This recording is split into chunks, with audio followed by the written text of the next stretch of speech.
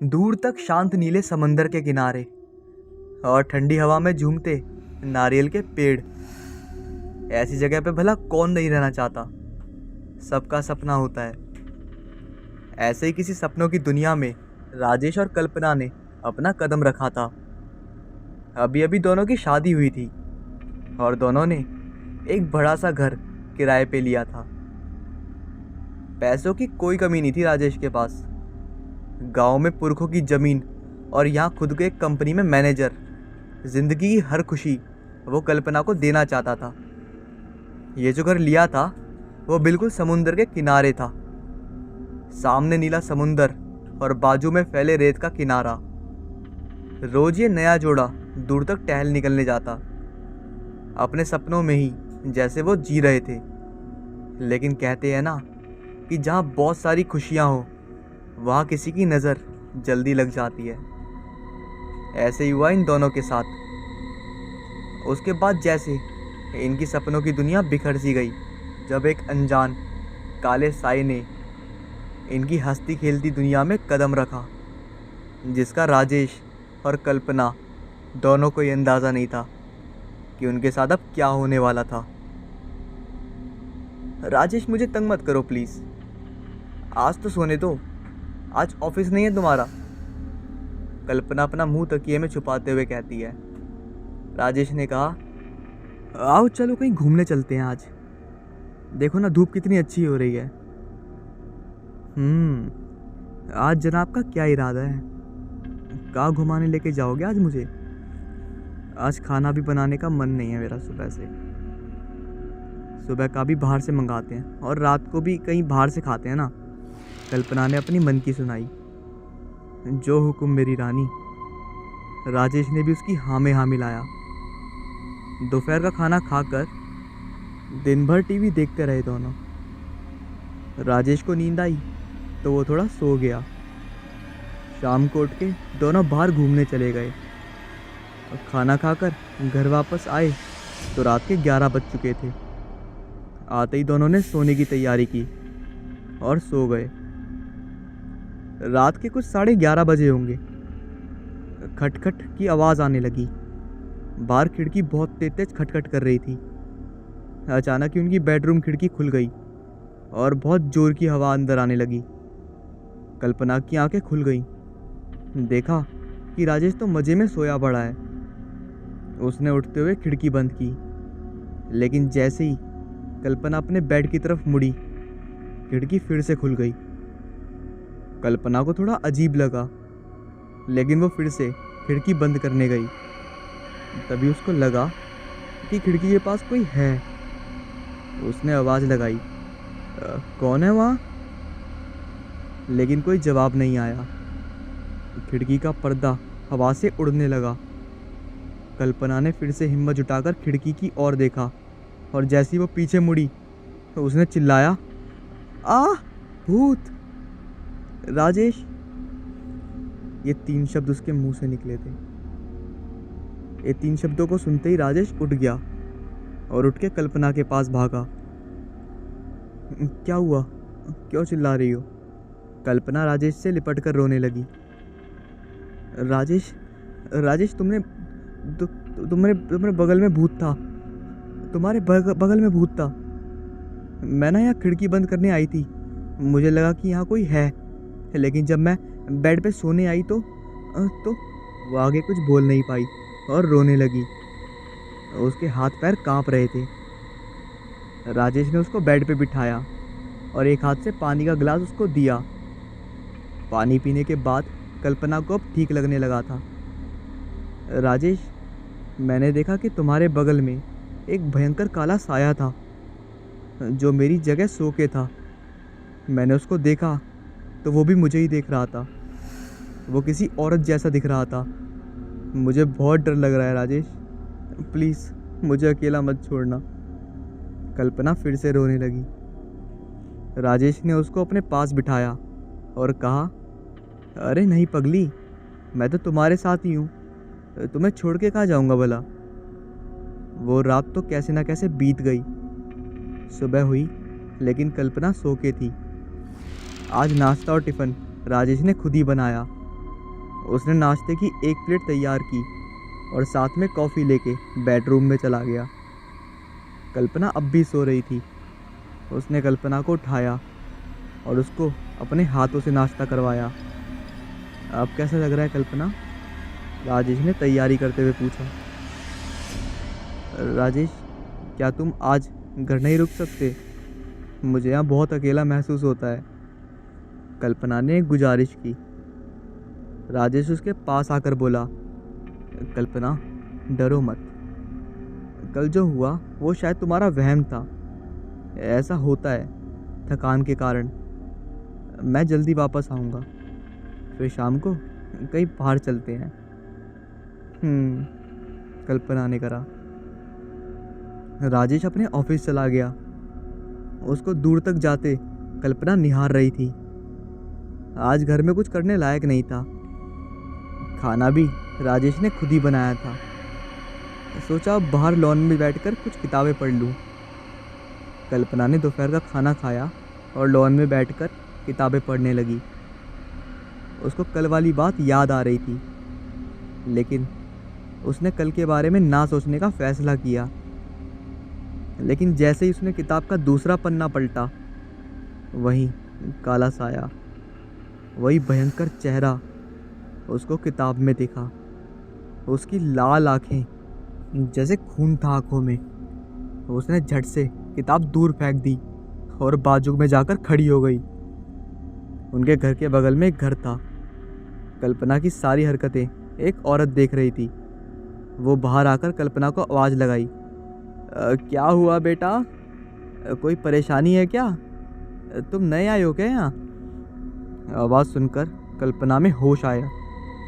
अब वो भी उस औरत से बात करने लगी।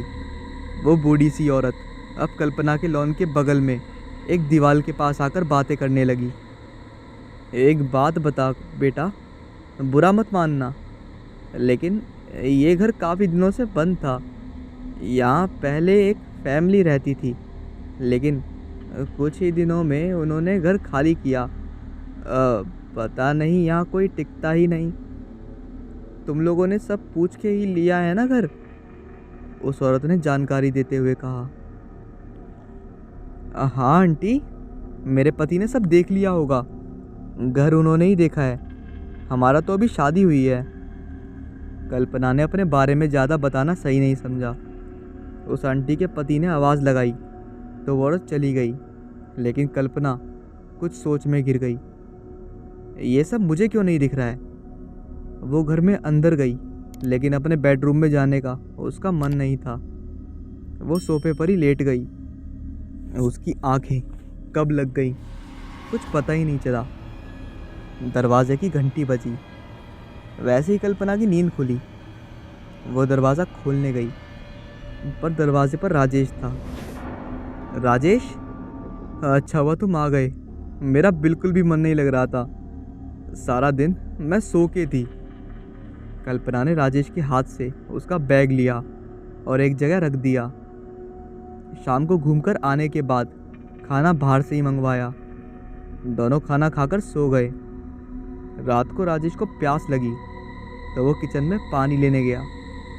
तभी बाहर रास्ते में कुछ कुत्ते उनके घर की तरफ देखकर भौंक रहे थे। राजेश को लगा कि कोई चोर तो नहीं घुस गया। उसने इधर उधर देखा, सब ठीक लगा तो वो अपने बेडरूम की तरफ गया। उसने आते वक्त रूम का दरवाज़ा खुला रख दिया था, लेकिन अब वो बंद था। राजेश जैसे ही अंदर गया, अंदर का नज़ारा देख के उसको चक्कर ही आ गए। कल्पना अपने बेड पे नहीं थी, वो हवा में झूल रही थी। उसके खुले बाल और लाल आंखें राजेश को घूर रहे थे। वो ये सब देखकर एकदम से नीचे गिर गया। कल्पना अब धीरे धीरे दीवार पर चढ़ने लगी और उल्टी छत को जाकर चिपक गई। राजेश की तो जैसे सांसें रुक गई थी। ये सब क्या था? ये सोचने का उसके पास मौका नहीं था। वो चिल्लाता हुआ बाहर भागा और बेडरूम का दरवाज़ा बाहर से लॉक किया। वो रात भर सोफे पर ही लेटा रहा। अपनी बीवी को ऐसे छोड़ के कहाँ जाता? लेकिन राजेश के मन में अब सैकड़ों सवाल घूम रहे थे। सुबह हुई। राजेश ने हिम्मत करके दरवाज़ा खोला। कल्पना बेड पर सो रही थी, एकदम नॉर्मल, जैसे कुछ हुआ ही ना हो। राजेश ने उसको उठाया, लेकिन कल के बारे में कुछ भी बात नहीं की। अपने सारे काम करके वो ऑफिस चला गया। शाम को घर आने की उसमें हिम्मत नहीं थी। उसने बेल बजाई। कल्पना आज बहुत बदली हुई नजर आ रही थी। उसके बाल खुले हुए थे और बिल्कुल चुपचाप। खाने पर भी वो कुछ नहीं बोली और अपने रूम में जाकर सो गई। राजेश बहुत देर तक सोफे पर ही बैठकर सोचता रहा, लेकिन हिम्मत जुटा के वो बेडरूम में जाने के लिए जैसे तैसे राजी हुआ और उसने अंदर कदम रखा।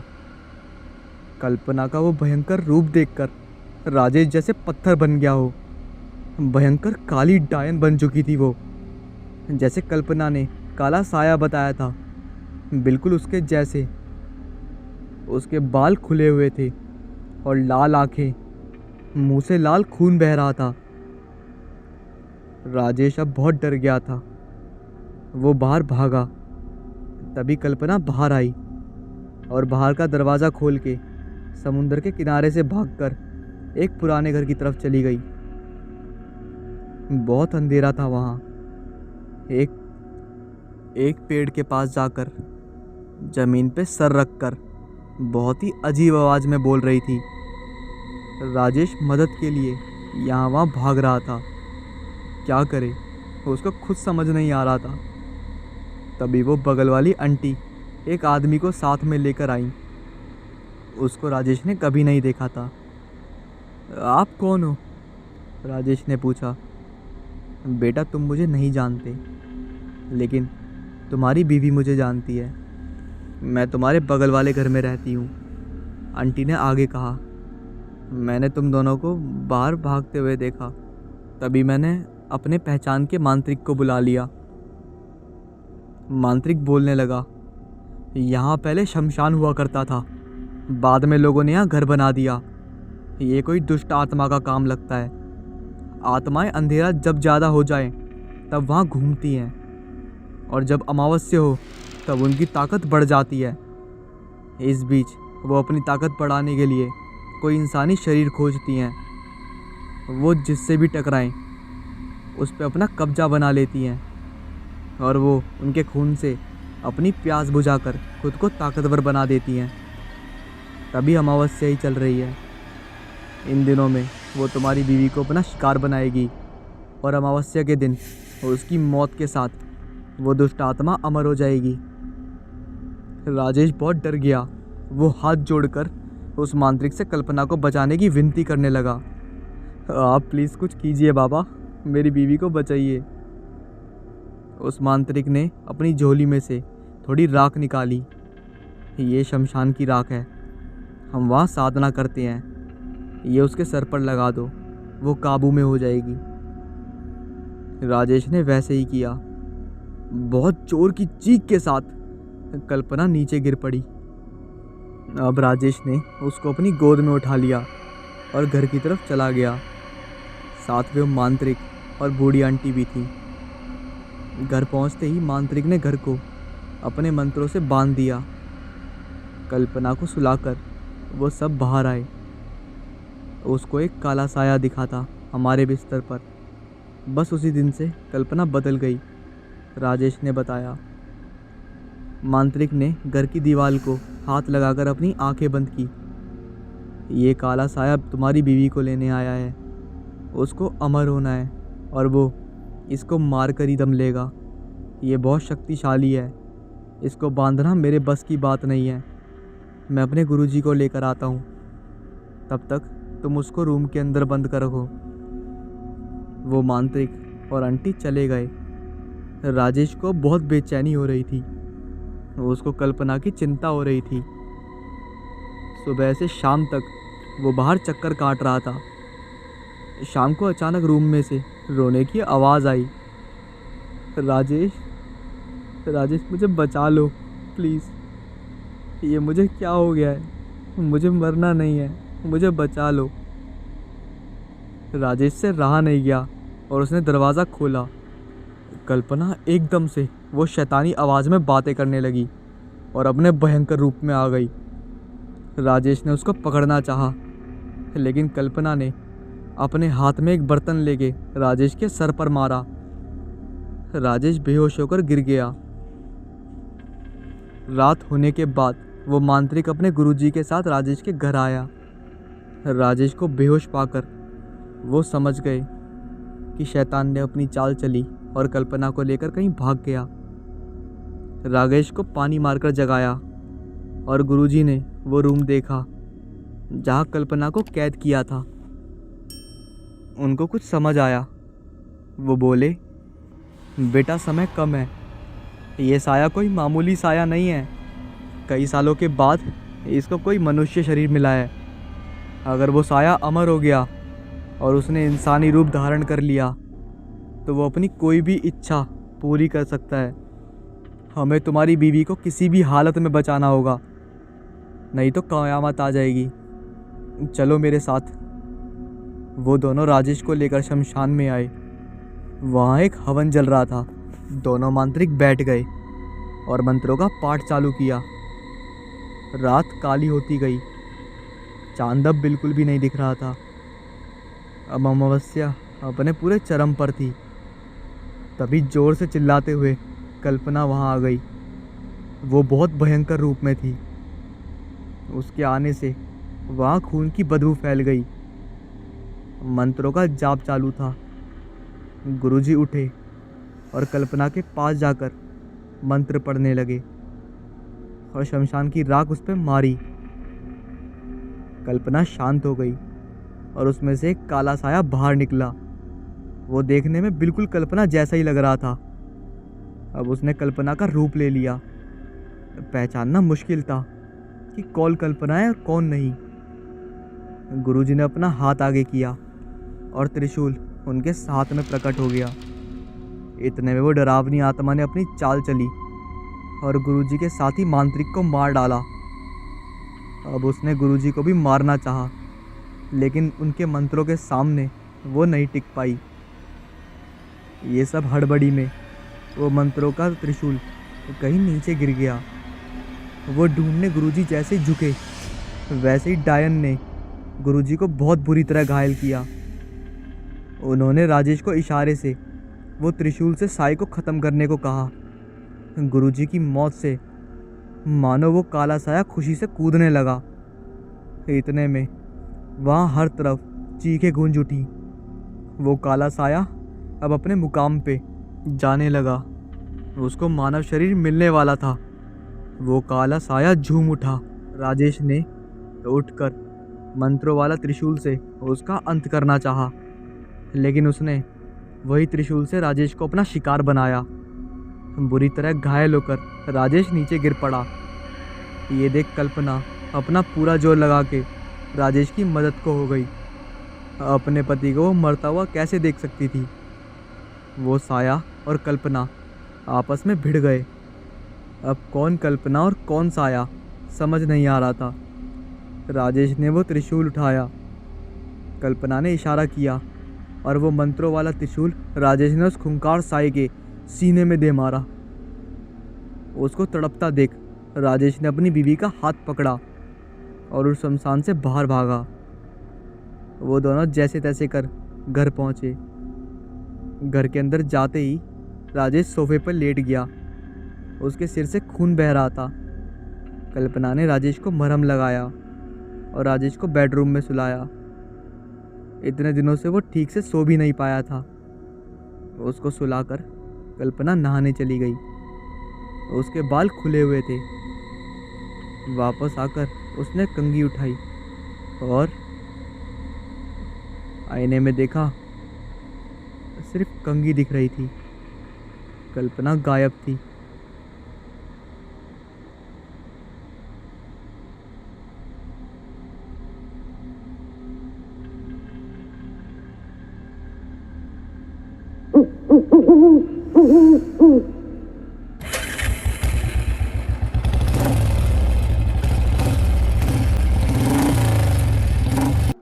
सतीश काफ़ी देर से परेशान था कि ये चालू क्यों नहीं हो रही है।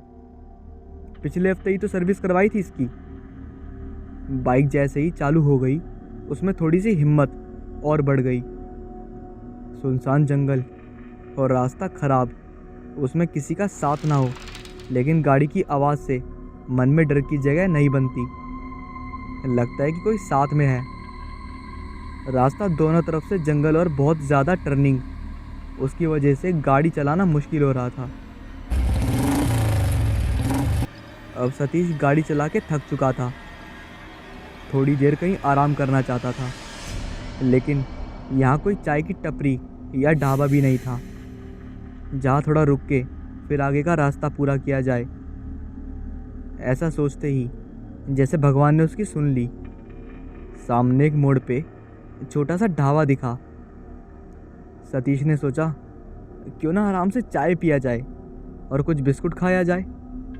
वो सामने जाके गाड़ी पार्क करता है और ढाबे के अंदर जाता है। ढाबा बहुत पुराना था, यहाँ वहाँ जलने की कालिख लगी थी। शायद जो चूल्हा जलता है उसकी थी। टूटे से लकड़ी के टेबल थे, छोटा सा दिया जल रहा था। उसकी रोशनी में सतीश ने बैठने की जगह ढूंढ ली। लाइट नहीं थी।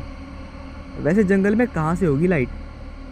ऐसे ही अपने मन में ही वो खुद ही विचार बना रहा था। बोलो साहब, क्या लोगे? एक बूढ़ा आदमी सतीश के पास आकर पूछता है। चाय मिलेगी काका?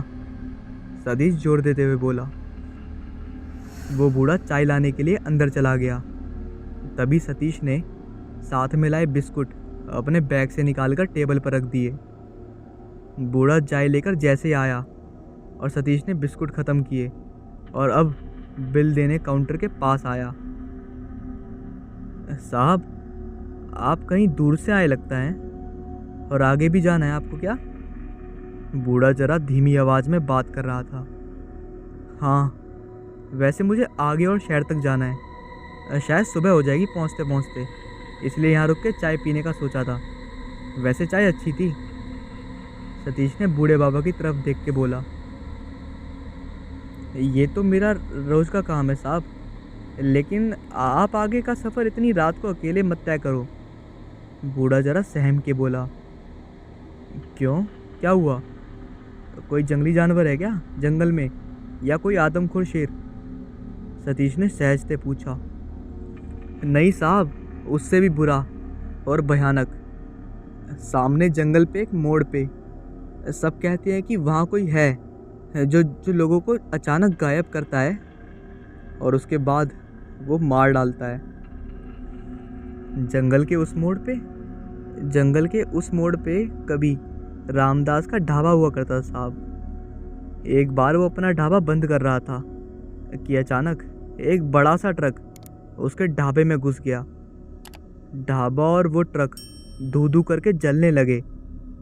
रामदास और ट्रक ड्राइवर और उसका साथी, तीनों की वही मौत हो गई। ढाबा जल के राख हो गया।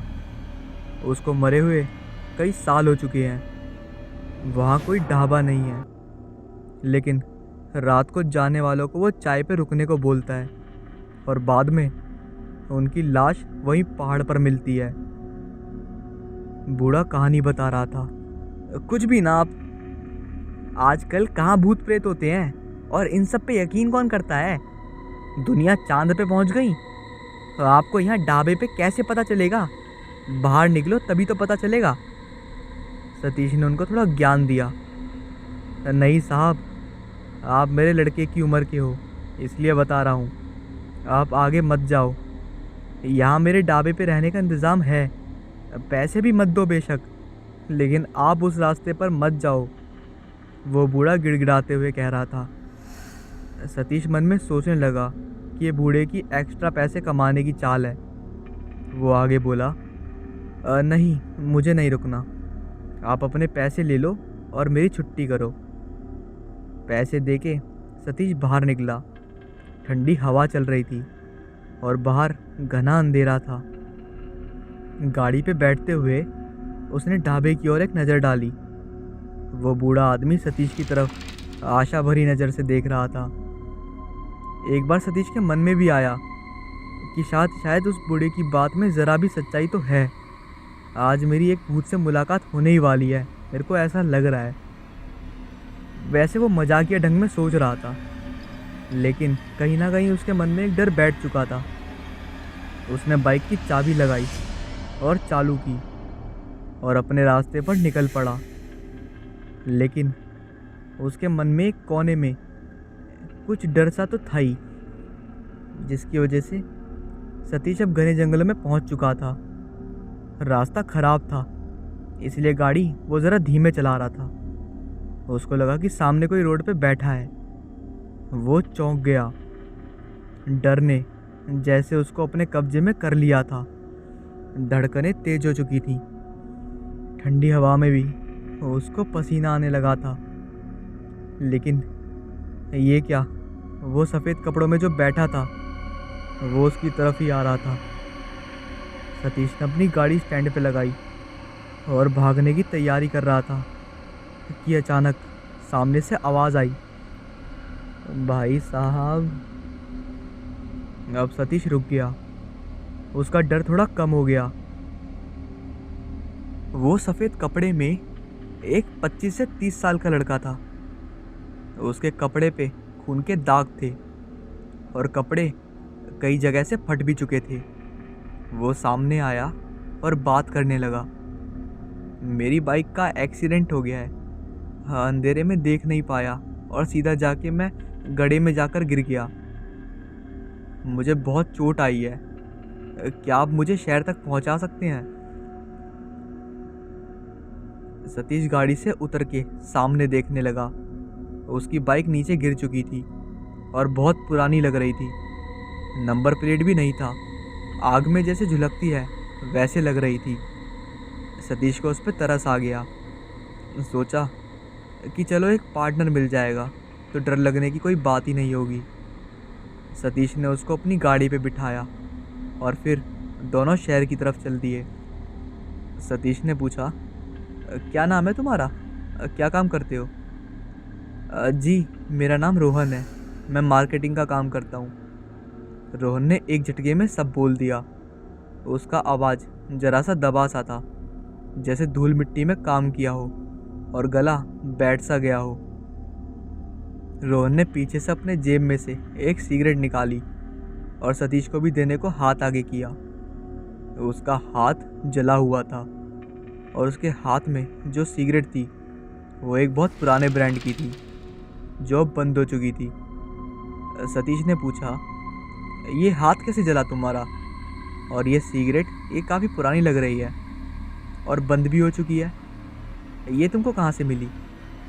रोहन ने ज़रा हड़बड़ाते हुए कहा, ये वो मैंने एक ढाबे वाले से ली थी, यहीं पीछे में पड़ता है, सस्ते में दे रहा था तो मैंने ख़रीद लिया। सतीश ने फिर से सवाल किया, ये जो तुम्हारी बाइक थी काफ़ी पुरानी लग रही थी, सच में चल रही थी या कहीं से ऐसे ही उठाई है और लेकर भाग गए हो? सही सही बताओ। रोहन अब थोड़ा हिम्मत जुटा के बोल रहा था, अरे नहीं भाई, वो मेरी ही है, थोड़ी पुरानी है लेकिन अच्छी चलती थी। अब सतीश ज़रा चुप हो गया और अंधेरे में से रास्ता देख के गाड़ी चलाने लगा। उसके मन में अचानक आया कि रोहन की गाड़ी जैसी लग रही थी, ऐसी लग रही थी कि जैसे वह कितने सालों पुरानी वहाँ पड़ी हो। वो भी चलने वाली बाइक तो लगी नहीं रही थी। उसके हाथ में सालों पुराना सिगरेट का ब्रांड का पैकेट, वो उसको कहाँ से मिला होगा? और वो पिछले ढाबे की बात कर रहा था तो किस ढाबे की बात कर रहा था? कुछ सोचने के बाद सतीश के मन में एकदम से एक भयंकर तरह की डर की तस्वीर सामने आई। कहीं उसने किसी भूत को तो नहीं बिठाया? वो एकदम से ठंडा पड़ गया। धीरे से उसने पीछे मुड़कर देखा। पीछे रोहन बैठा था। सतीश ने गाड़ी रोकी और यूरिन के लिए कहकर उतर गया। जैसे वो गाड़ी की तरफ मुड़ा, उसके मुंह से चीख निकल गई। वो बहुत डर गया। रोहन के पैर देखा तो वो उल्टे थे। लेकिन ऊपर देखा तो रोहन उल्टा बैठा था। सतीश की जान में जान आई। उसने रोहन को डांटा, तुम्हारा दिमाग तो सही है? मैं कितना डर गया तुम्हारे पैर उल्टे देखकर। तुम उल्टे क्यों बैठे हो? रोहन ने माफ़ी मांगी। मैं पीछे से कोई आ रहा है क्या ये देखने की कोशिश कर रहा था, इतने में तुम आ गए। तुम भूत से डरते क्यों हो? क्यों, तुम्हें डर नहीं लगता? सतीश ने जवाब देते हुए गाड़ी चालू की। दोनों बैठ गए। रोहन को चुपके से देख के लग तो रहा था कि सब कुछ ठीक है। सतीश में थोड़ी हिम्मत आ गई। अब वो धीरे धीरे रोहन से बातें करने लगा। रोहन, तुम हमेशा इस रास्ते से गुजरते हो, तुम्हें कभी वो भूतों से मुलाकात नहीं हुई? वो रामदास ढाबे वाले का भूत। उस मोड़ पे जंगल में वो एक ढाबे वाला कह रहा था कि वहाँ कोई है जो लोगों को मार डालता है। रोहन एकदम से चुप हुआ, फिर बाद में बोला, हाँ मैंने भी सुना है। आप भी। वो ढाबे वाला अगर चाय पे रोकेगा तो मत रुकना, वहाँ पे मौत है भैया। और रोने लगा। सतीश ने उसको चुप करके वो कहा, क्या तुमने उसको देखा है कभी? तभी सर, सामने से एकदम एक टेम्पो वाला पास से गुजरा और सामने जाकर रुक गया। टेम्पो से एक आदमी उतरा, लेकिन सतीश का दिमाग चलना बंद हुआ। ये वही ढाबे वाला बूढ़ा आदमी था। वह सामने से आगे जाकर जंगल में गायब हो गया। सतीश को लगा कि शायद उसके ढाबे पे नहीं रुका, इसलिए नाराज़ हुआ है। कुछ आधा घंटा बाइक चलाने के बाद देखा कि सामने एक पेड़ पे बहुत रोशनी दिख रही है और वो मोड़ पे लिखा हुआ बोर्ड दिखा, रामदास का ढाबा। लेकिन वो ढाबे के चक्कर में सतीश वो बोर्ड पढ़ ही नहीं पाया। वहाँ देखा तो एक बड़ा सा ढाबा था। दूर से देखा तो कुछ लोग वहाँ बैठे थे, लेकिन सन्नाटा था बहुत। सतीश ने थोड़ा रुकना ही बेहतर समझा। साथ में रोहन था, तो अब सतीश को डर नहीं लग रहा था। सतीश ने अपनी बाइक साइड में लगाई और उतरकर पीछे देखा तो रोहन गायब था। सतीश को लगा कि शायद रोहन हल्का होने गया है, इसलिए शायद वो जल्दी चला गया। एक आदमी उसको पूछने आ गया, साहब चाय पियोगे? सतीश ने कहा, नहीं मैं अभी पी के आया हूँ। तभी वो आदमी ज़रा गुस्से से बोला, क्यों साहब, उस ढाबे वाले ने रामदास ढाबे वाले के बारे में बताया क्या? वो हमारी मेरी बदनामी करते रहता है और मेरे ग्राहक भगाता है। आप आओ साहब, बैठो। सतीश को अब कुछ समझ नहीं आ रहा था, रोहन और वो ढाबे वाला सच बोल रहा था या झूठ। रामदास का ढाबा तो यहाँ है, फिर वो दोनों उसकी बुराई क्यों कर रहे थे? यहाँ तो सब कुछ ठीक लग रहा है। सतीश को बहुत बड़ा झटका लगा, मानो उसकी जान ही निकल गई। जैसे ही वो अंदर गया, अंदर एक कोने में उसको एक सफ़ेद कपड़े में बैठा हुआ एक लड़का दिखाई दिया। वो रो रहा था और उसके कपड़े फटे हुए थे और कुछ जगह से जले हुए थे। सतीश ने थोड़ा और गौर से देखा तो वो थोड़ा पहचाना सा लग रहा था। अरे ये तो रोहन था। ये यहाँ कहाँ से आया? वो तो बाहर था। सतीश रोहन के पास जाकर बैठ गया। रोहन पूरी तरह आग में जैसे झुलक से एकदम झुलकता हुआ दिख रहा था। ये सब देख के अब सतीश को समझते देर नहीं लगी कि अब वो फंस चुका था। रोहन जो मिला था रास्ते में, वो भी रामदास के ढाबे का ही शिकार था।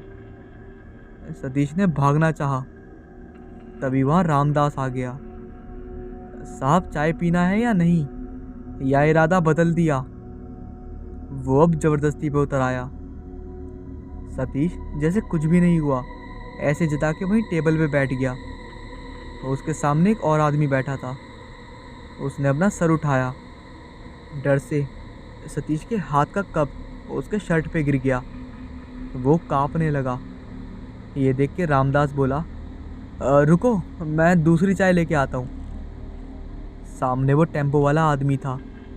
वो और कोई नहीं, वही ढाबे वाला था जिसने सतीश को अपने ढाबे पे रात को रुकने को कहा था। अब जैसे पैरों से ज़मीन खिसक गई थी। रामदास को अंदर जाते ही सतीश वहाँ से भाग खड़ा हुआ और ढाबे के पीछे जाकर छिप गया। उसने जो कुछ भी सुना था वो सच था। वो ढाबे वाला और रोहन अब भूत बन चुके थे। दोनों भी उसको बचाना चाहते थे, लेकिन अब क्या, वो तो फंस चुका था। क्या करे, ये सोच रहा था कि रामदास के चिल्लाने की आवाज़ आई। कहाँ भाग गया? तुम्हारा वक्त हो चुका है, वो आते ही होंगे। इतने में बहुत जोर की आवाज़ करते हुए एक बड़ी सी ट्रक रास्ते से आ रही थी। वो ऐसे ही आ रही थी कि जैसे उसको किसी का कंट्रोल नहीं है। ट्रक तेज़ी से ढाबे की तरफ आया और सीधा ढाबे में घुस गया और जोर का धमाका हुआ। पूरा ढाबा जलने लगा। ट्रक की जोर की टक्कर से सतीश जो पीछे छुपा बैठा था वो कहीं दूर जाके गिरा। कुछ समय के लिए सब शांत हो गया। ढाबा आग में झुलस चुका था। सुबह होने वाली थी। सतीश को होश आ रहा था। उसके बगल में कुछ लोग खड़े थे और एक एम्बुलेंस। लोगों ने सतीश को एम्बुलेंस में रखा और वो जोर का आवाज़ करते हुए निकल गई।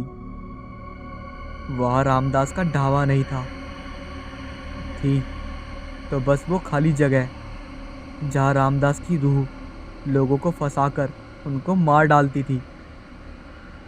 लोग आज भी यही कहते हैं, वहाँ कोई है जो बहुत ही डरावना है, कातिल है। लेकिन कुछ ही बचते हैं, सतीश जैसे नसीब वाले।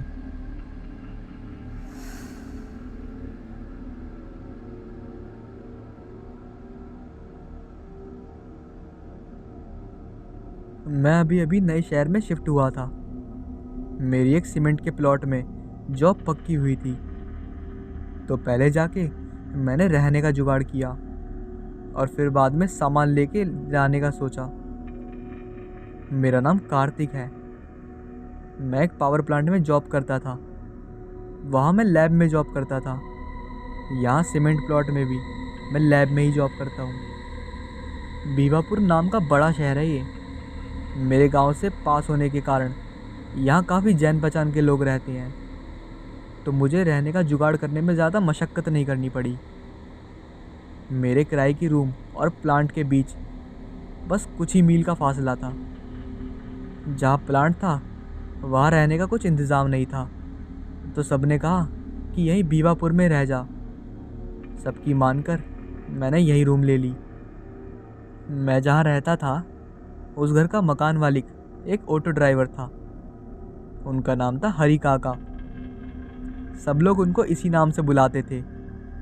उम्र में बड़े होकर भी वो हमेशा दोस्ताना अंदाज में ही मुझसे बात करते। मुझसे उनका लगाव एक बेटे जैसा था। रोज़ मुझे खाना खाया क्या ये ज़रूर पूछते और बातें चालू करते। वो हमेशा देर रात तक ऑटो चलाते थे और सुबह भी जल्दी उठकर काम पे चले जाते थे। उनका घर इसी एक ऑटो की कमाई पे चलता था। मुझे पकड़ के एक और किराएदार थे। जैसे तैसे उनका गुजारा इन सब पैसों से हो जाता था, इसलिए वो देर रात तक ऑटो चलाकर कुछ ज़्यादा के पैसे कमाना चाहते थे। लेकिन उनको क्या पता, उनका ये काम एक दिन उनकी जान पे बन जाएगा। मुझे हरी काका के यहाँ रहने कुछ ही महीना हुआ था। लगभग कम से कम 6 महीने हो गए थे। मेरा प्लांट का काम भी ठीक चल रहा था। मैं जहाँ रहता था उसके पास से हाईवे जाती थी। सबका कहना था कि उस चौराहे पर बहुत बार एक्सीडेंट से लोगों की जान गई है। रात को मैं भी आता था प्लांट से। मुझे भी हरी काका ने आगाह किया था। मैंने उनसे यही पूछ लिया, हरी काका वहाँ क्या है ऐसा, कुछ भूतों की बात है क्या? हाँ कार्तिक बेटे, वहाँ बहुत सालों से ये जो पुल बन रहा है ना, सुना है ये जब बन रहा था तब कई लोगों की इसमें बलि दी गई थी। अब वही यहाँ पर मौत का तांडव करती हैं। काका ने समझाते हुए कहा। मैं थोड़ा डर गया।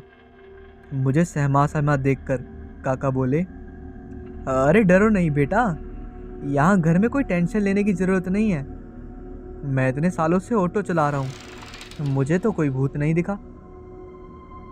हमारी बात हुए अभी कुछ ही दिन हुए थे कि उस चौराहे के पास फिर एक एक्सीडेंट हो गया। समझ नहीं आया कैसे। जब सब लोग देखने गए तो मैं भी साथ में चला गया। एक कार वाला था, चौराहे से आगे जाके एक खंबे से जाके टकराया था। उसकी मौत जगह पर ही हो गई थी। लेकिन रात को हाईवे इतना चालू रहता है, फिर भी किसी ने उसको वहाँ देखा कैसे नहीं? यही सवाल सबके मन में घूम रहा था। उसका एक्सीडेंट हुआ, ये बात सुबह सबको पता चली। पुलिस वालों को भी ये हमेशा का रोड एक्सीडेंट लगा। लेकिन काका घर आने के बाद सबको यही कह रहे थे कि ये रोड एक्सीडेंट नहीं है, उस आदमी को भी उन भूत प्रेतों नहीं मारा है। ऐसे ही दिन बीतते गए। मुझे यहाँ अब साल हो गए थे।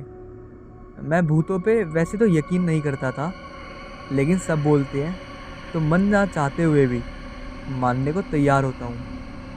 मेरे दादू का कहना था, आदमी ने निडर रहना अच्छी बात है, पर थोड़ा सा डर भी होना चाहिए। डर से इंसान आने वाले खतरे के लिए तैयार हो जाता है। अचानक आया खतरा, निडर संभल नहीं पाता और दुर्घटना होती है। मुझे जब भी रात को कभी भी अकेले में सुनसान जगह जाना होता था, मेरे दादू की यही बात मैं हमेशा अपने मन में रखता था।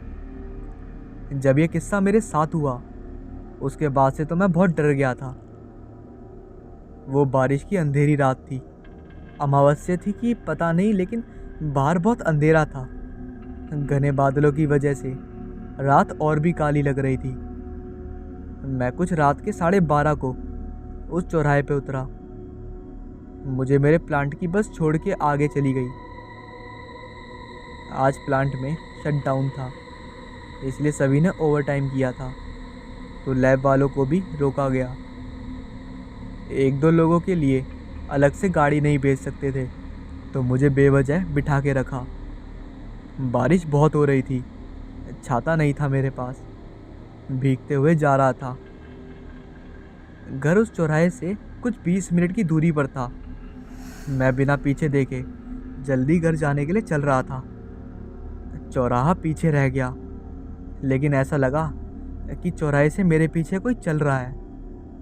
पीछे मुड़ने की मेरी इच्छा नहीं थी, पर मूड नहीं किया, बस चल रहा था मैं। ऐसे लग रहा था कि अभी घर आ जाएगा, लेकिन मैं पहुंच नहीं पा रहा था। घर सामने दिख रहा था, लेकिन क्या हो गया था मुझे? मैं घूम ही रहा था। मुझे समझ रहा था कि कुछ तो हुआ है मुझे, लेकिन इसमें से मैं बाहर कैसे निकलूं ये समझ नहीं आ रहा था। मेरे पीछे से कोई मुझे धकेल रहा था। मैं डर जाऊंगा पीछे देख के, इसलिए मुड़ के देखने की हिम्मत नहीं हो रही थी मेरी। अब मैं थक चुका था, चलना नहीं हो रहा था। अब वो मुझे खींच के लेके जा रहा था। मैं खुद को उससे छुड़ा नहीं पा रहा था कि अचानक एक ट्रॉली वाला मेरे पास से हॉर्न मारते हुए गया। लगा मैं जैसे सपने से जाग गया। बारिश भी रुक गई थी और मैं एक जगह रुक गया। अब मेरे पास कोई आहट नहीं थी। घड़ी देखी तो सुबह के 6 बज रहे थे। मैं अब और नहीं चलना चाहता था, वहीं बैठ गया। सुबह का इंतज़ार करने लगा। जैसे ही थोड़ा उजाला हुआ, देखा मेरा घर सामने ही था। पता नहीं मैं कहाँ घूम रहा था और मेरे पीछे कौन पड़ा था। रूम पे जाने के बाद मैं सीधा अंदर जाके कपड़े बदल के सो गया। डर की वजह से मुझे बुखार हो गया था। हरी काका रूम में आए, खैरियत पूछी। उनको मैंने सब बता दिया। उन्होंने समझाया कि शायद कोई प्रेत आत्मा पीछे पड़ी होगी। उन्होंने आगे कहा कि मैंने ऐसा भी सुना है कि ये आत्मा पीछे करके धका देती हैं। बाद में अगर कोई पीछे मुड़ के देखे तो उसको अपने वश में कर लेती हैं। फिर वो उस पर हावी हो जाती हैं। मैंने कहा, हरी काका, मैं आखिर तक पीछे नहीं मुड़ा, लेकिन मुझे अब बहुत डर लग रहा है। हरी काका बोले, जो होना था वो अब बीत चुका, अब डरो नहीं, कुछ नहीं होगा। शाम को मेरी तबीयत ज़्यादा ख़राब हो गई तो मैं अपने घर चला गया दोस्तों के साथ। वहीं मेरा इलाज चलता रहा। कुछ एक हफ्ते के बाद मैं वापस रूम पे आया। वहाँ का नज़ारा देख के तो मेरे होश ही उड़ गए। हरी काका एकदम से बीमार हो गए थे, पलंग पर लेटे थे। उनको भी काफ़ी तेज़ बुखार था। मुझे देखकर उन्होंने पास आने का इशारा किया। मैं उनके पास गया। काका बोले, कार्तिक बेटा, तू जिस दिन यहाँ से गया उसी रात को एक हादसा मेरे साथ भी हुआ। मैंने उनको सहमते हुए पूछा, क्या हुआ काका? काका ने बोलना चालू किया, मैं उस रात भर ऑटो चलाने का सोच के गया था। मुझे नींद नहीं आ रही थी और सवारी भी मिल नहीं रही थी। यहाँ चौराहे से कुल 3 सवारी मुझे कुछ 12 बजे के आसपास मिली। सबको नाके तक जाना था। अंदर बैठने के बाद कोई कुछ बोला नहीं तो मैंने ही पूछ लिया, भाई इतनी रात को कहाँ जा रहे हो? नाके पे उस जगह आत्मा घूमती हैं। मेरे किराएदार को भी डराया था उसने। इतना बोलने के बाद उसमें से एक बोला, तू अपना काम कर, तुझे भूतों से डर नहीं लगता क्या?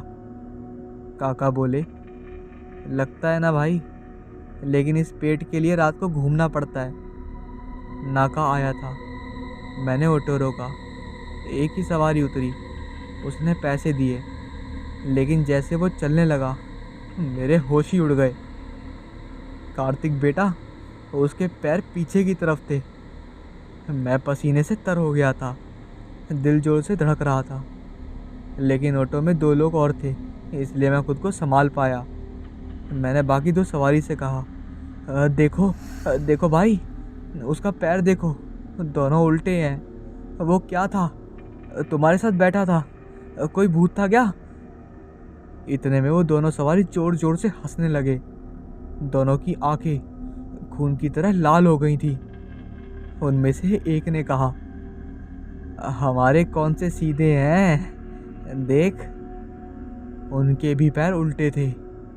बस इतना ही याद है मुझे, आगे क्या हुआ अब पता नहीं। घर वाले कहते हैं कि मैं वहाँ बेहोश था ऑटो में। लोगों ने मुझे घर लाया, मैं सुन सा रह गया। ये सब हमारे साथ ऐसे कैसे हुआ समझ नहीं पाया। काका की सारी बातें सुनने के बाद मैं अपने रूम में आ गया और प्लांट जाने की तैयारी करने लगा। आज भी मुझे प्लांट में काफ़ी देर हो गई थी।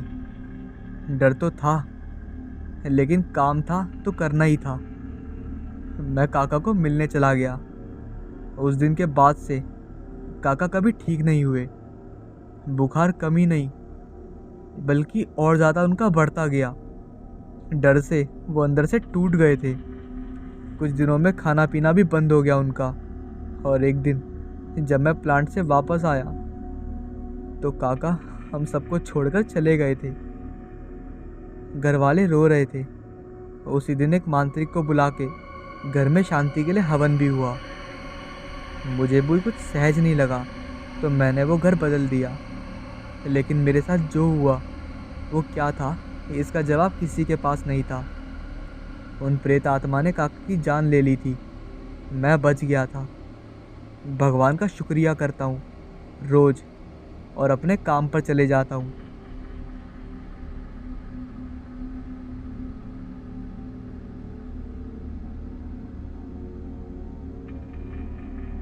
मेरी अभी अभी पुरातत्व विभाग में जॉब लगी थी और मेरी पोस्टिंग मसूरी में थी, जहाँ मेरा काम पुरातत्व सर्वेक्षण का था। मुझे मेरे एक दोस्त अजय के साथ वहाँ पर रहना और जानकारी संग्रहित करना था। जहाँ हमारा काम था रात के 9 बजे से लेकर सुबह 6 बजे तक पुरातत्व के साथ साथ पैरानॉर्मल एक्टिविटी का पता लगाना था।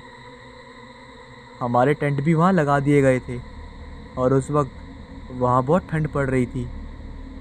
इस ठंड में पूरी रात जागकर काम करना बहुत मुश्किल था। तो मैंने और अजय ने मिलकर एक आइडिया लगाया, जिसमें हमने फैसला किया कि क्यों ना अपने काम को आधा आधा बांट लिया जाए। इसमें 9 से 1 बजे तक का अक्षय सर्वेक्षण करता और बाकी का समय 6 बजे तक मैं उठकर सर्वेक्षण करता। इसमें हम दोनों एक एक करके सो भी लेते और जागकर रखवाली भी कर लेते। हम दोनों को ऐसा काम करने में अच्छा लग रहा था, क्योंकि हम दोनों थोड़ा आराम भी कर लेते थे और हमारा काम भी हो जाता था। एक दिन अजय सर्वेक्षण के लिए बाहर गया था और मैं टेंट के अंदर था ताकि मैं आराम कर सकूं और फिर 1 बजे के बाद मैं सर्वेक्षण के लिए आ सकूं। टेंट के पास बहुत अंधेरा था, वहाँ कोई लाइट का ये सोर्स भी नहीं था जहाँ से लाइट भी आ सके। मोबाइल नेटवर्क का तो ठिकाना भी नहीं था। अजय को 2 घंटे हो गए थे सर्वेक्षण करते करते। वह सर्वेक्षण कर ही रहा था कि उसने देखा कि टेंट के थोड़े साइड में एक जगह है जो दीवारों से घिरी हुई थी। वहाँ पर चेक करने के लिए गया तो उसने देखा वह वहाँ पर पूरी सिमेट्री यानी शमशान घाट था। फिर उसने देखा कि शमशान घाट के जस्ट बाहर कुछ हलचल हो रही है। फिर अजय वहाँ पर चेक करने के लिए गया। फिर अचानक अजय ने देखा कि सामने से कोई औरत आ रही है जो ऊपर से नीचे तक सफ़ेद दिख रही थी, बस उसकी आंखें ही काली दिखाई दे रही थी। वह औरत अभी थोड़ी दूर पर थी। अजय ने सोचा वह जैसे उसकी तरफ आएगी तो मैं उसे रोककर पूछूंगा कि वह यहाँ क्या कर रही है। फिर जैसे ही वह औरत अजय के थोड़ी साइड से होकर गुजरने वाली थी, वैसे ही अजय ने उसको आवाज़ लगाई। वह औरत अपना मुंह सीधा करके चल रही थी, पर जैसे ही अजय ने आवाज़ लगाई वैसे ही औरत ने अजय की तरफ मुंह करके देखा और जैसे ही उस औरत ने अजय की तरफ निगाहें घुमाई, अजय वहीं पर रुक गया। अजय को उस औरत का चेहरा पास आने पर बहुत ज़्यादा विकराल दिखने लगा था, जो कि दूर से नहीं दिखाई दे रहा था। अब वह औरत उसे बस घूरे जा रही थी और अजय उसका चेहरा देखकर डर गया था। अजय पूरी कोशिश कर रहा था ज़ोर ज़ोर से चिल्लाने की और आवाज़ लगाने की, पर मानो उसका पूरा मुंह बंद हो गया हो। वह अंदर से पूरी कोशिश कर रहा था आवाज़ लगाने की, पर ऐसा करने में असमर्थ था। उसका हाथ भी नहीं हिल पा रहा था, मानो सीमेंट से जम गया हो। पर वह अभी भी उस औरत को देख रहा था और वह औरत उसको देख रही थी। कुछ ही देर बाद औरत ने वापस सीधा मुंह कर लिया और चलना शुरू कर दिया। जो शमशान घाट पूरे दीवार से घिरा हुआ था, उसी दीवार के आर पार होकर वो औरत चली गई। अजय ने पूरी हिम्मत लगाई, जोरों से भागते हुए टेंट के अंदर गया और मुझको जगाया। मैंने उसकी डरी हुई आंखें देखकर उससे पूछा कि क्या हुआ। अजय ने मुझे पूरी बात बताई और मैं ज़ोर ज़ोर से हंसने लगा, क्योंकि मैं उनकी बातों पर विश्वास नहीं कर रहा था। ऐसी सफ़ेद दिखने वाली भूत प्रेत की कहानी मैंने बहुत बार टीवी और कहानियों में सुनी थी, पर मैंने देखा कि अजय जितना डरा हुआ था उतना कोई आम इंसान इतना डर नहीं सकता। मतलब कुछ भी नॉर्मल चीज़ देख के तो नहीं हो सकता ऐसा। मैंने कहा ठीक है, तुम टेंट के अंदर ही रहो और आराम करो, मैं बाहर जाकर सर्वेक्षण करता हूँ। वैसे मेरा मन तो नहीं था अजय को अकेले छोड़ के जाने का, लेकिन मुझे एक बार वहाँ जाकर देखना था कि क्या सच में ऐसा है या नहीं। मैं उसी शमशान घाट के अंदर घुस गया। 1 घंटा हो गया, अभी भी कुछ हुआ नहीं था। मैं समझ गया कि अजय का कोई वहम था ये। मैं अभी बाहर जाने ही वाला था, तभी देखा कि दीवार से एक औरत निकल के आ रही है। बस मुझे इतना देखना ही था। फिर मैं समझ गया था कि ये सब कुछ जो हो रहा है ये सब कुछ सच में हो रहा है और अजय ने जो भी कहा था वो एकदम सच है। लेकिन मैंने अजय वाली गलती नहीं दोहराई। मैंने उसे नहीं पुकारा।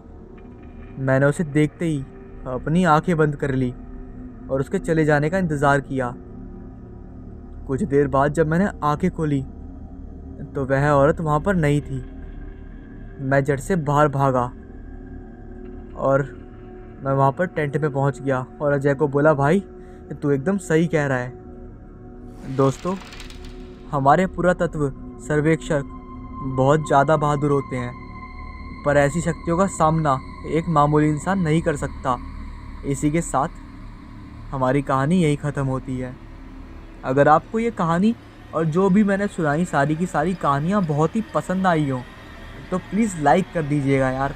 आज मेरी थोड़ी तबीयत ख़राब थी तो इसलिए आपको साउंड में भी थोड़ी दिक्कत लग रही होगी, लेकिन फिर भी मैंने कोशिश करी कि मैं आज आपके लिए कहानी, क्योंकि मैं डेली कहानियाँ लाता हूँ, आपको पता ही होगा कि मैं डेली अपलोड करता हूँ। तो यार इसके लिए एक लाइक तो बनता है और कमेंट में मेरे को बताओ कि तुम्हें किस किस चीज़ पे कहानी चाहिए, ताकि मैं उसकी कहानी आगे ला सकूँ, क्योंकि फिर मुझे पता नहीं लगता कि तुम्हें किस तरह की कहानी सुनना पसंद है। ठीक है, तो प्लीज़ मेरे को बताया करो कमेंट में, कमेंट ज़रूर करा करो। ठीक है, चलो मिलते हैं।